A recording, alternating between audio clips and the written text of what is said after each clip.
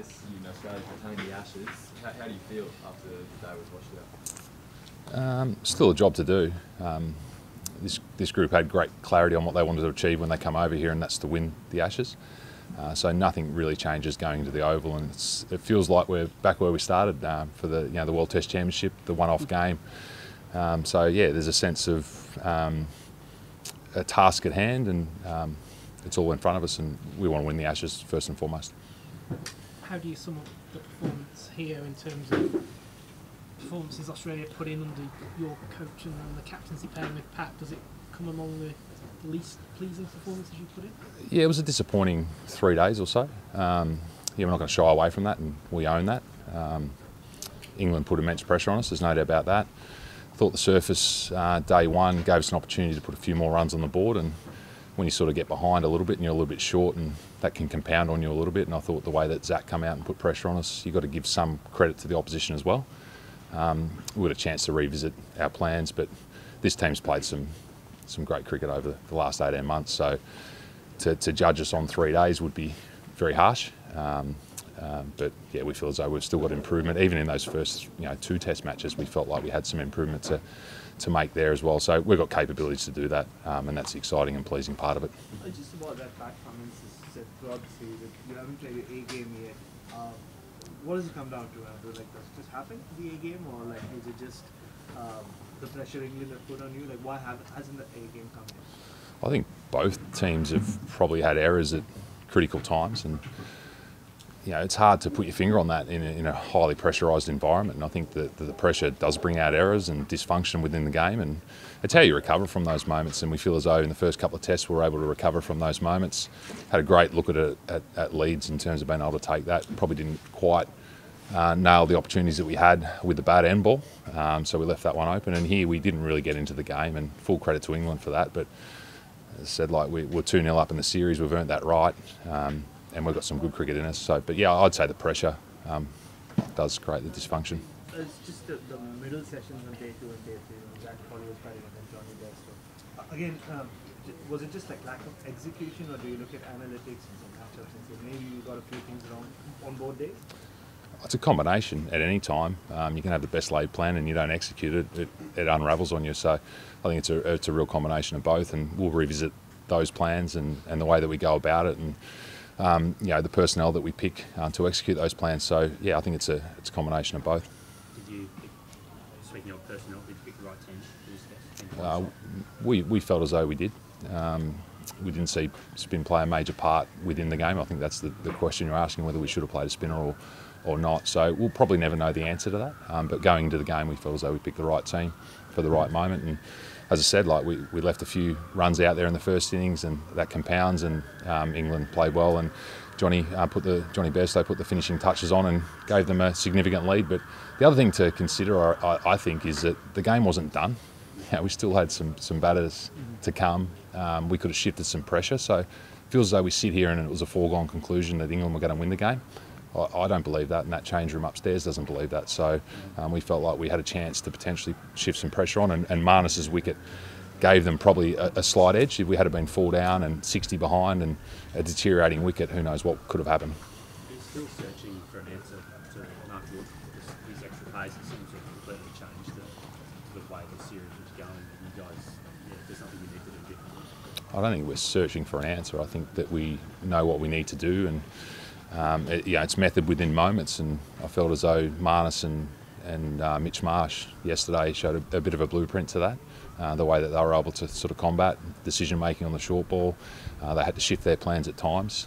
So can we be better for longer in those spaces? There's no doubt about that, but we feel as though we've got a plan to combat that.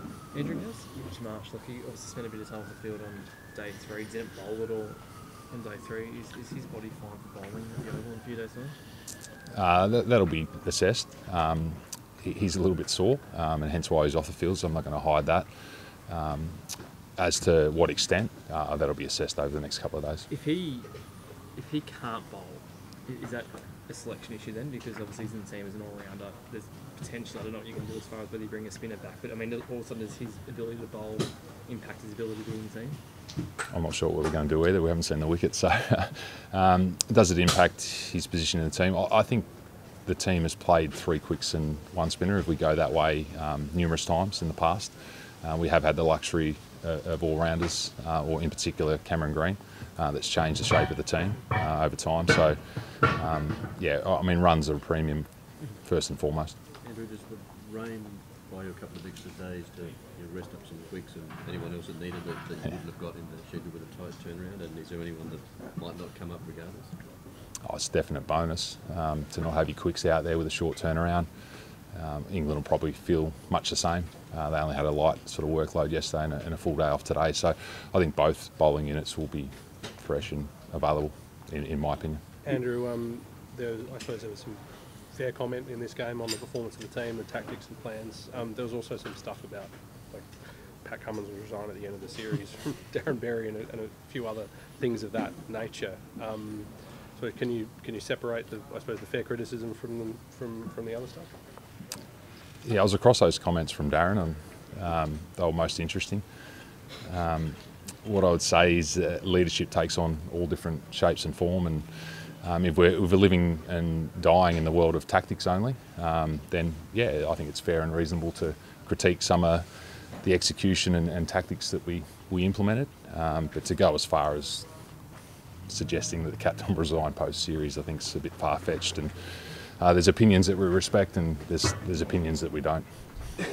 How's Steve Smith tracking? I know we spoke about him before the test, and he's only 2 games off 100 at Lords. It was going to be very difficult for him to replicate 4 years ago coming again, but what's made it different for him this time? Have England just bowled better to him? Have they had better plans, or is Steve struggling a little bit like any player will at time, from time to time? I don't think Steve's struggling. I think Steve's batting as well as I've seen him bat in a long period of time, and sometimes the runs at time that they don't come at times. So yeah, I think there's in batting, I suppose there's an element of luck. There's a bit of fortune, but the way he's going about his work and starting his innings, and yeah, I don't see an issue with Steve Smith. And I know that people will question what his second innings looks like, what his first innings looks like, but overall he averages roughly 60 in Test match cricket. So we're confident that his best days are in front of him.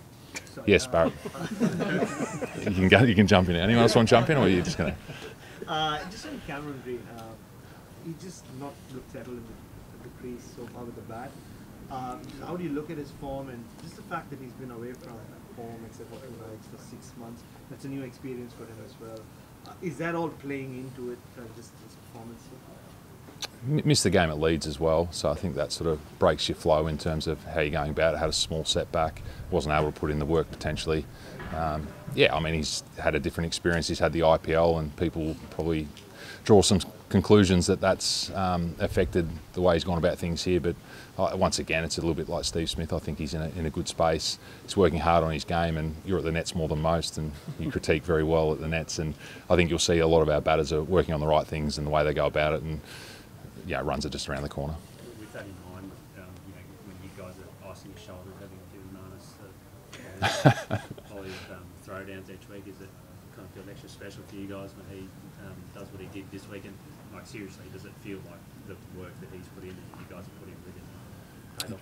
Yeah, you're really happy for a player that puts in the work, and he was probably wrestling himself a little bit early in the series, but I think the 50 in the first innings and backed up by the 100 in the second innings, and he'll be disappointed that it wasn't a big 100 and he left the game slightly in the balance. But yeah, the way he moved, cut shots down the ground, had his pull shot back, hook shot. So, and it's really about the decisions he makes. He's a great decision maker, and if you apply that over a period of time, you get rewarded, and that's why he averages 50 plus in Test cricket. Andrew, Zach Crawley's innings was an element of sort of some of the best of Dave Warner over the last 10 years about that as an opener, taking the game away from you. How do you look at, I suppose, Dave's contribution in this game, and I suppose the fact that you've got this ongoing conversation with him about when the end might come?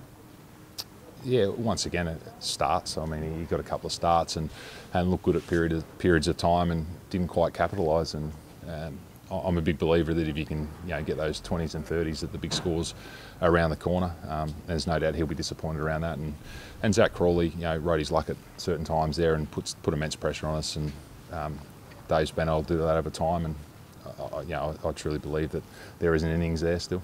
When you when you consider how well Wokes, Wood and Marsh have done when come into the series, is there any temptation to bring in a fresh player like a Michael Mesa for the 5th Test? Yeah, I mean, everyone's on the table, every selection, and Michael knows that, and he was under serious consideration here, and he was under consideration at Leeds also. So you're always sort of balancing those who are up and running in a series versus freshness, and I think that the media at times has critiqued the fact that players haven't played for a certain amount of time, and now we're talking about players coming in fresh. So I think it's great. It's a great advancement. A couple more folks. And just going back to the point about Pat Cummins and the criticism there, do you get frustrated that he seemingly becomes an easy target for some people? Like you said, there's opinions you respect, there's opinions you don't. He seems to be a guy who becomes an easy target for people in Australia at times. We're all working on the Australian cricket team together, and it should never really come down to Pat as an individual, but unfortunately as a captain sometimes you wear that. Andrew, how's Mitchell Stark going? Like, I guess what actually happened the other day in terms of the shoulder, and is he in danger of missing the ovals or something? So 2 separate incidents where he dived and landed on the point of his shoulder. So I think he stirred up his AC joint. Don't quote me on that. I'm not a medical person. And then the other one, he slid down on the rope and sort of extended the shoulder joint. So yeah, he's a little bit worse for wear and a little bit sore. All indications are that he'll be right to go, but yeah, that'll be assessed. Do you feel Australia have been the better team in this series after 4 tests? Yeah. Have you been in touch with Darren Berry as a former teammate? Like, do you reach out to him after pretty, extreme comments, I suppose? I haven't been in touch with him, no. And so just on the Mitchell Stark front, I'm going to check. He was I thought we were the last one here, No, Cole. sorry. You got to be better than this. there were he looked like he grabbed his left hamstring a fair bit on Who's that? Sorry, Mitch Stark as well. So the day he hurt his shoulder, he was, looked like he grabbed his Yeah, left I hamstring. think it was a little bit of cramp. Okay. Yeah, so nothing in that.